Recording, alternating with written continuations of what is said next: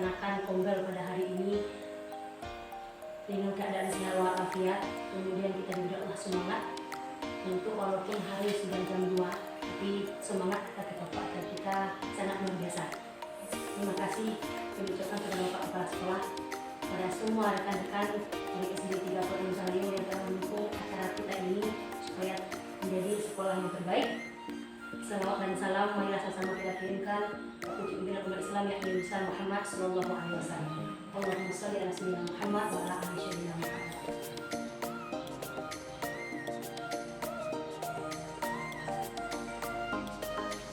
Pertama, Bapak Ibu semuanya, kita berada di depan ini bukan maksud menggurui, bukan maksud mengajari, dari sini adalah diskusi dan refleksi diri kita untuk sekolah kita.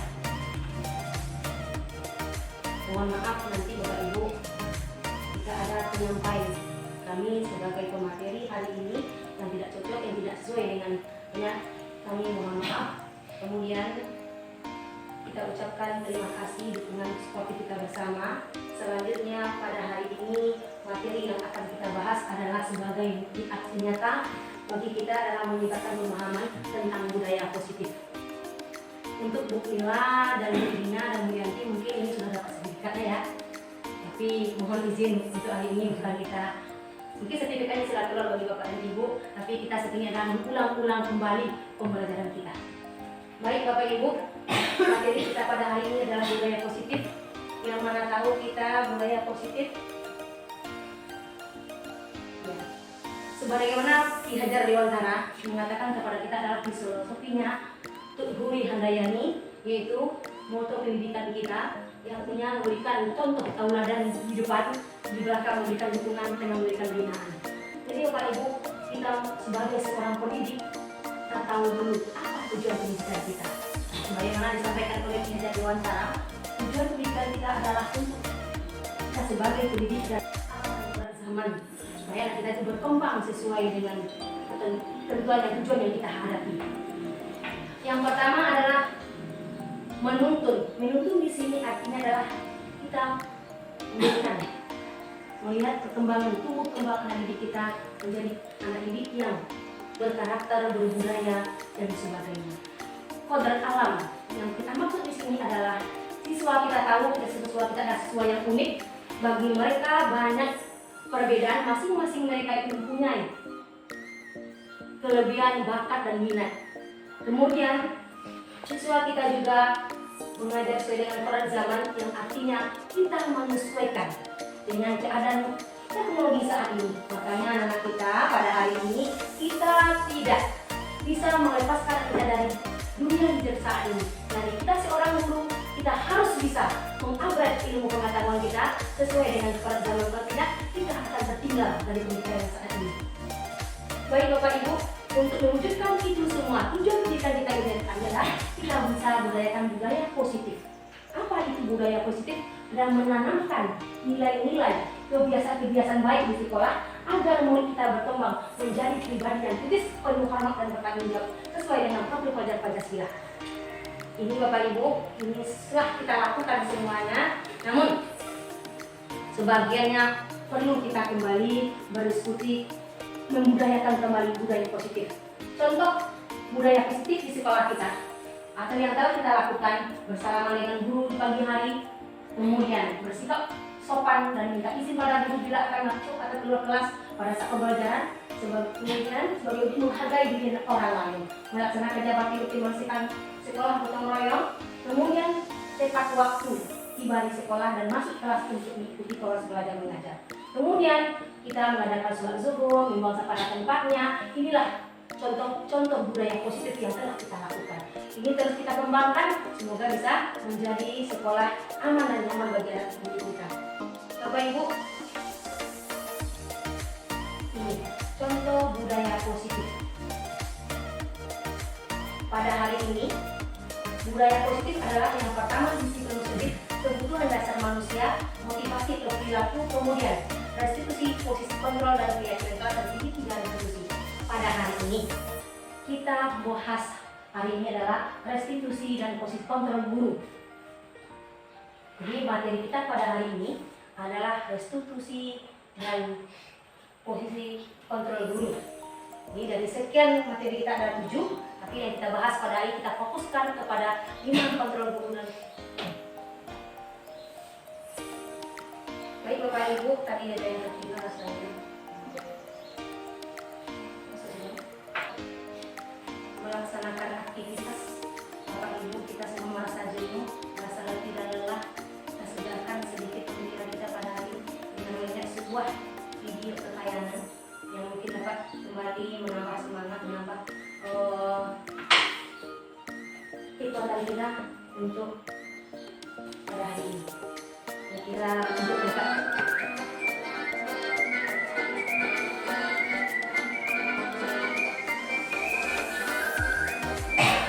coba gambar. Kira-kira Bapak Ibu ini gambar apa? Ini ya, ini semua kita sepakat dengan ini.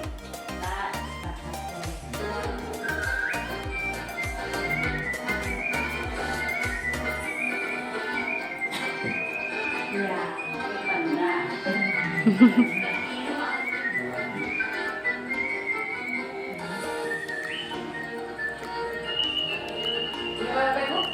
Gajah. gajah. Bapak kita dengan gajah? Sepakat. Sepakat. Kita boleh kita lanjutkan. Kita betul gajah.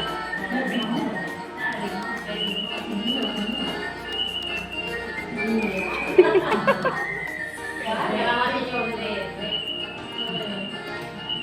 Soal terakhir.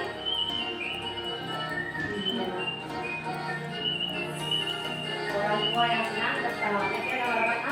Kakek tertawa. Nah, ini kakek kira-kira apa? Hah? Kira kakek apa? Hah? Orang yang berpasangan dulu.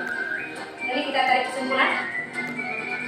Apa yang dilihat? Ya. Ada belum tentu itu. Ya. Enggak Pak. Apa yang kita lihat belum tentu itu sebetulnya. Kalau kita dulu tahu apa yang Kita punya setengah baru. kita harus penggal dulu. Semoga dapat juga mudahkan kita pada hari ini. Pak.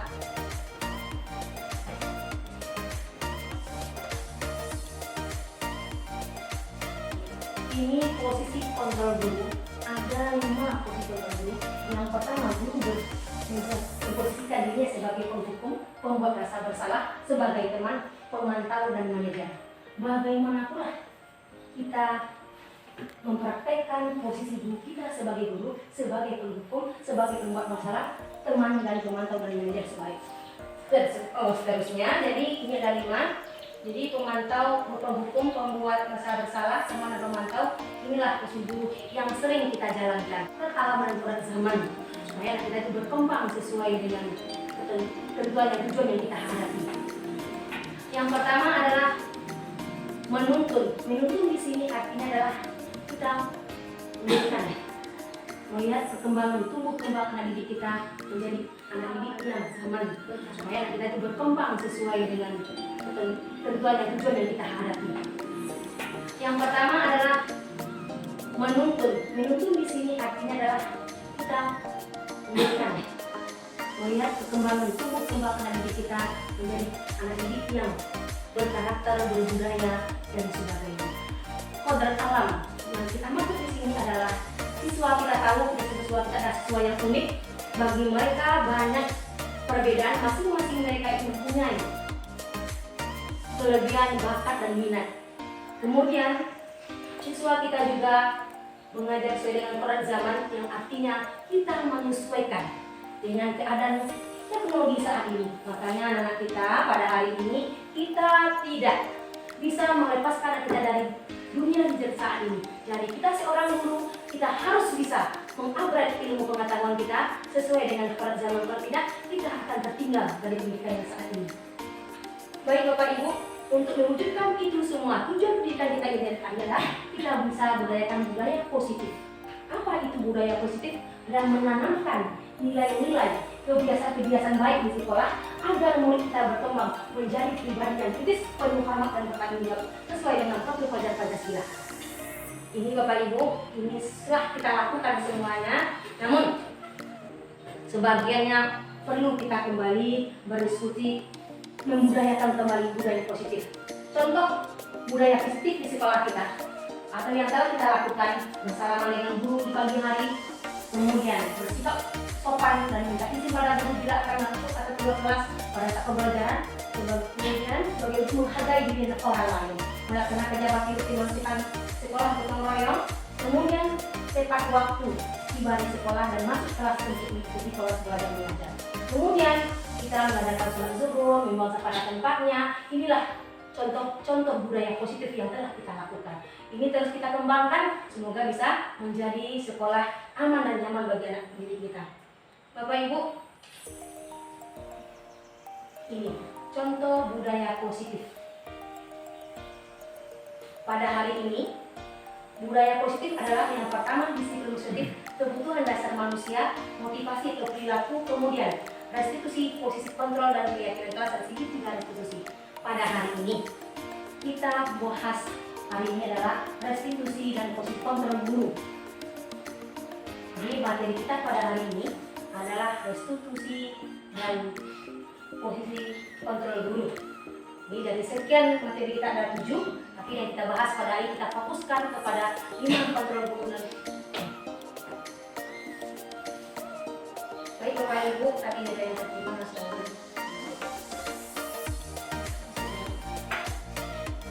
melaksanakan aktivitas. Bapak Ibu kita semua merasa jenuh, merasa lebih dan lelah, segarkan sedikit pemikiran kita pada hari ini dengan melihat sebuah video kekayaan yang mungkin dapat kembali menambah semangat, menambah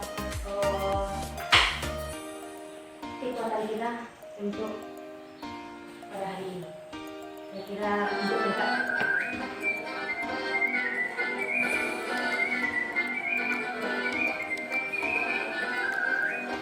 kita coba gambar. Kira-kira Bapak Ibu ini gambar apa? Penguin. Ya, penguin. Semua kita sepakat dengan penguin? Tak, sepakat. Boleh.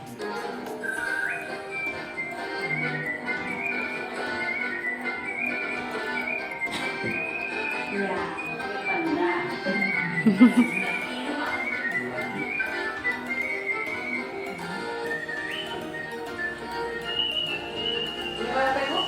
Gajah. Gajah. Sepakat kita dengan gajah? Sepakat. Sepakat. Kita boleh kita lanjutkan. Kita betul gajah.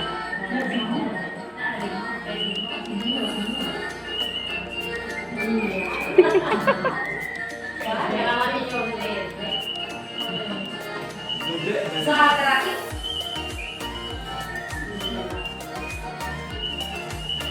Orang tua yang senang tertawa. Kakek tertawa. Ini kakek gimana Pak? Hah? Kira kakek. Hah? Orang yang berpasangan. Jadi kita tarik kesimpulan. Apa yang dilihat? Saya belum tentu. Ya. Enggak lah Pak. Apa yang kita lihat belum tentu itu disebut dunia. Kalau kita belum tahu apa yang Kita punya sepenggal baru. kita ada sepenggal baru. Semoga dapat juga mendengarkan otak kita pada hari ini, Bapak.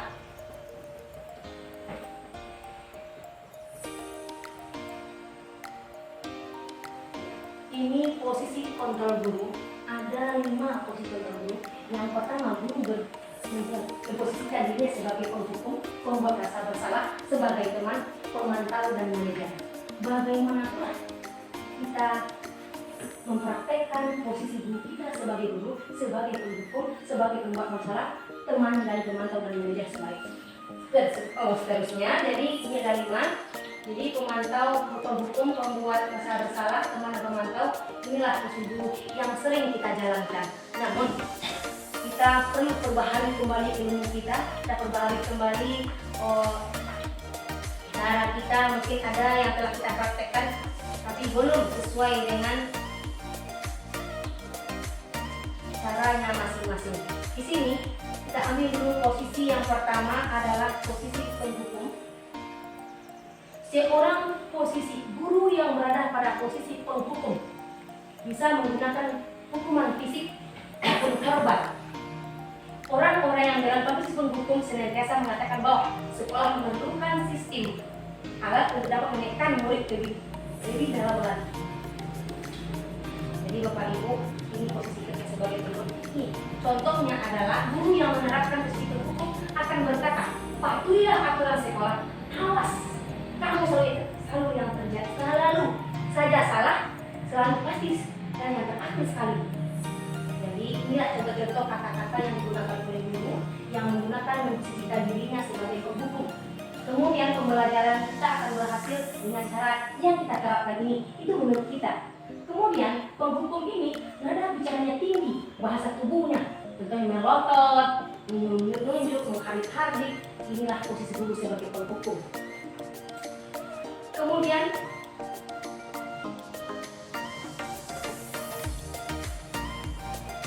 kita merasakan, dulu pernah kita waktu kita di SD kita pernah merasakan suatu pengalaman ketika guru kita berposisi pada sebuah penghukum, pasti lama teringat dalam diri kita. Kita betul Bapak Ibu? Ya, pada waktu SD saya punya pengalaman seperti itu. Waktu kita guru di SD kita melakukan, mereka memposisikan dia sebagai penghukum, lama bagi kita ingatnya. Jadi bagaimana perasaan murid kita sekarang, kita berkata kasar, melotot, menunjuknya. Nah, itulah.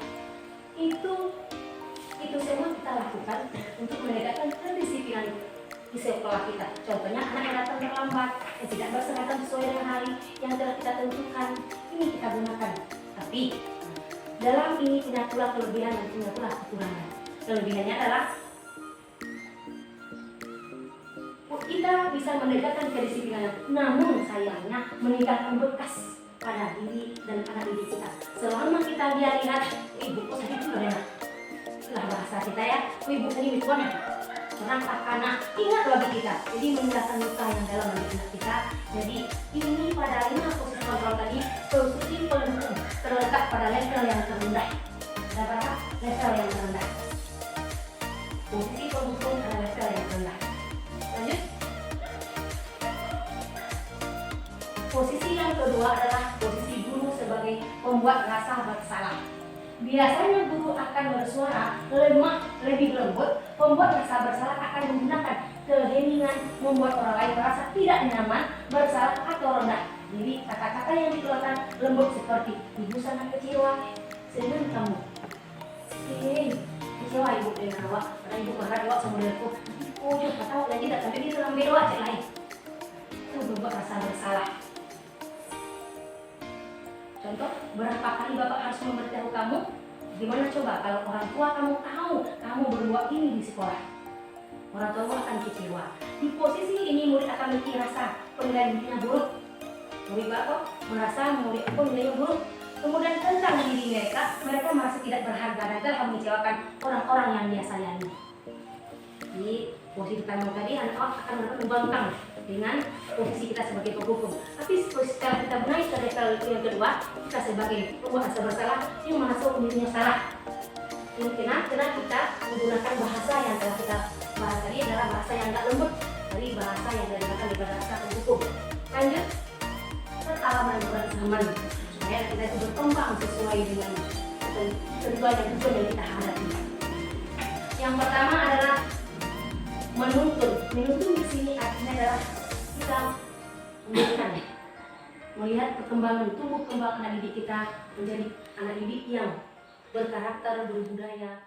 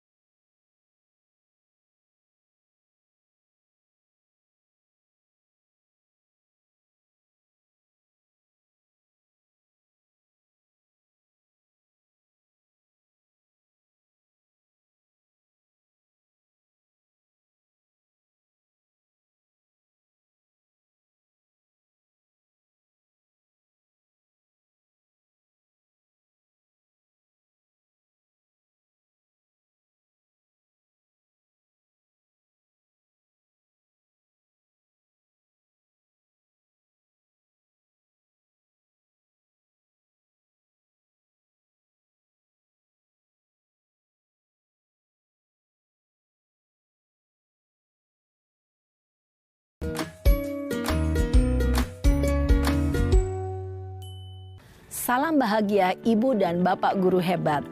Dalam penerapan disiplin positif restitusi, salah satu program yang dikembangkan adalah 5 posisi kontrol. 5 posisi kontrol dalam restitusi adalah proses perjalanan seorang pendidik agar dapat mengenali dirinya. Pada video kali ini, kita akan membahas tentang 5 posisi kontrol yang dikembangkan oleh Diane Goossen dan contoh penerapannya.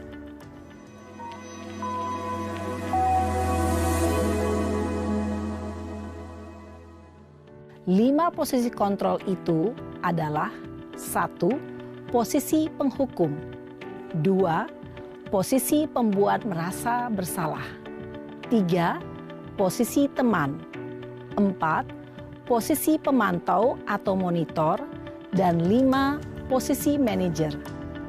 Untuk lebih memahami kelima posisi tersebut, mari kita saksikan kasus Naren yang terlambat hadir 20 menit di sekolah dan melihat bagaimana kelima posisi kontrol dalam menghadapi masalah tersebut.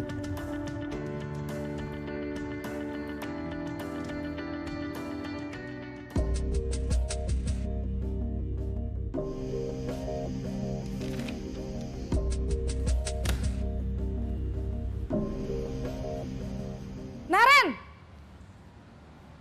Sini kamu! Selamat pagi, Bu. Selalu terlambat. Kamu deh, pasti terlambat. Maaf, Bu. Saya... Apa? Apa coba? Alasan kamu apa lagi? Kapan sih kamu tidak terlambat? Malas sekali ya kamu jadi anak. Saya... Dasar pemalas. Gak kapok-kapok sih kamu. Sudah berapa kali terlambat? Sana. Kamu keliling lapangan basket 2 kali. Kenapa saya harus keliling lapangan basket, Bu? Kenapa? Kamu mau lawan ibu? Berani-beraninya jawab. Sudah terlambat, masih berani jawab pula. Sekarang, keliling lapangan basket 5 kali sekalian. Biar kapok. Cepat. Pergi sana ke lapangan basket.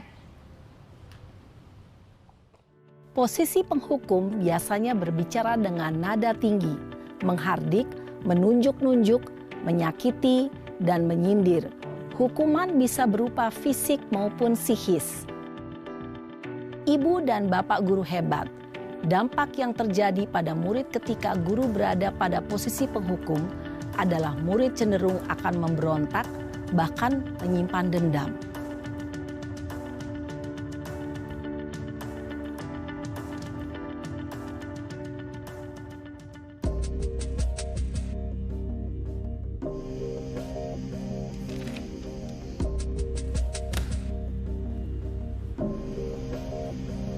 Naren!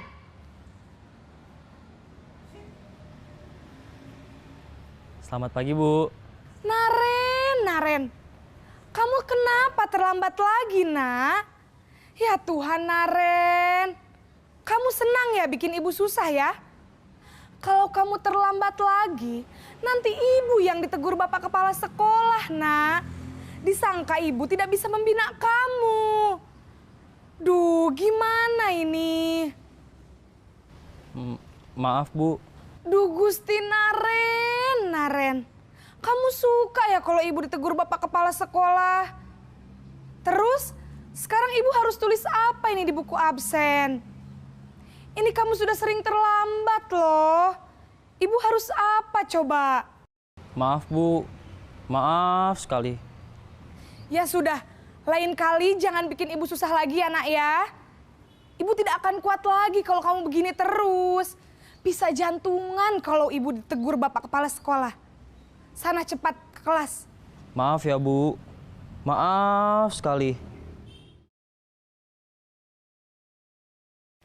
Posisi pembuat rasa bersalah berbicara dengan nada tenang, cenderung lembut.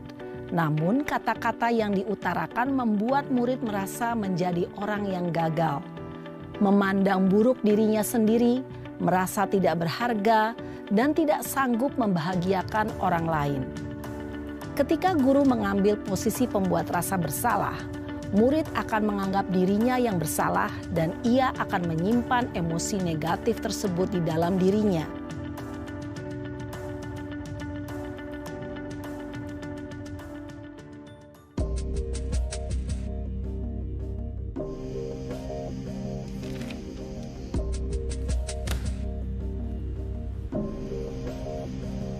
Naren!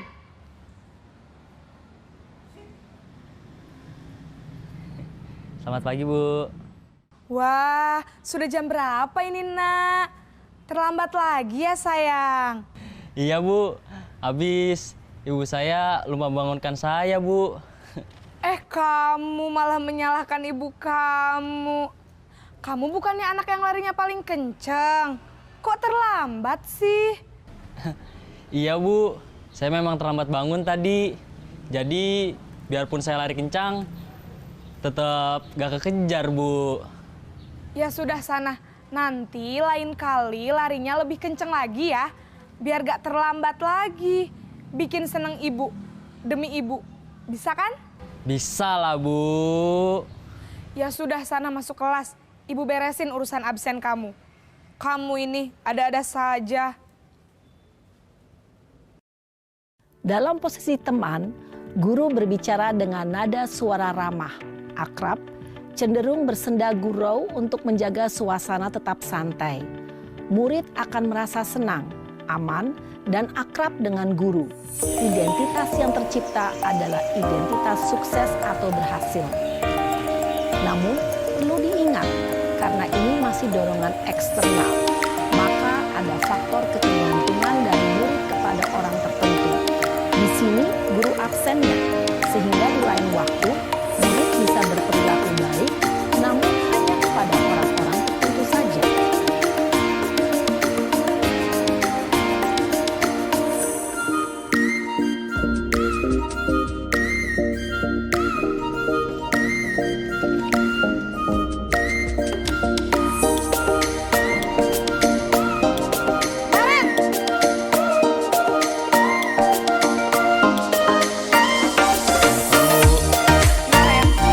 Naren, apa peraturan sekolah kita tentang jam berapa kita harus masuk sekolah? Kita harus di sekolah jam 7, Bu. Iya betul, sekarang udah jam 7.20. Naren sudah tahu konsekuensinya jika terlambat lagi. Paham, Bu. Saya harus tinggal kelas pas jam istirahat selama 20 menit. Iya benar, konsekuensinya demikian. Jadi nanti jam 9.30 pas istirahat, kamu harus tinggal di kelas, kerjakan tugas tambahan untuk ketertinggalan kamu, ya. Baik, Bu. Posisi pemantau mengandalkan penghitungan atau data untuk mengontrol murid. Guru mengarahkan murid berdasarkan peraturan dan konsekuensi. Seorang pemantau menunjukkan bahasa tubuh dan ekspresi wajah yang datar dan cenderung formal.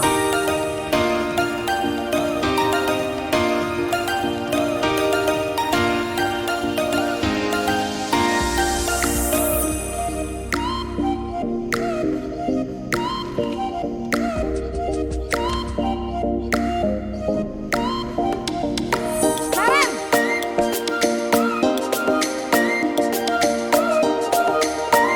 Selamat pagi, Bu.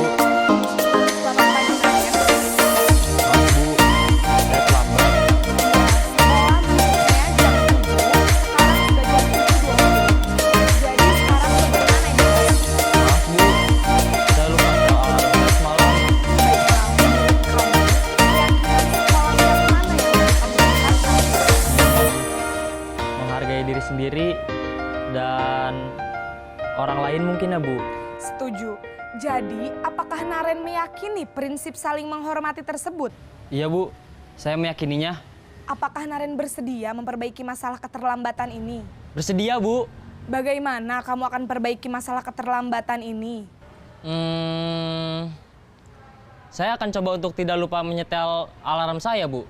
Baik, kalau Naren lupa menyetel alarm di rumah, ada orang yang kira-kira bisa bantu mengingatkan tidak? Ada, Bu. Kakak saya, Kak Ema. Ada lagi selain Kak Ema? Selain Kak Ema, ada ibu saya.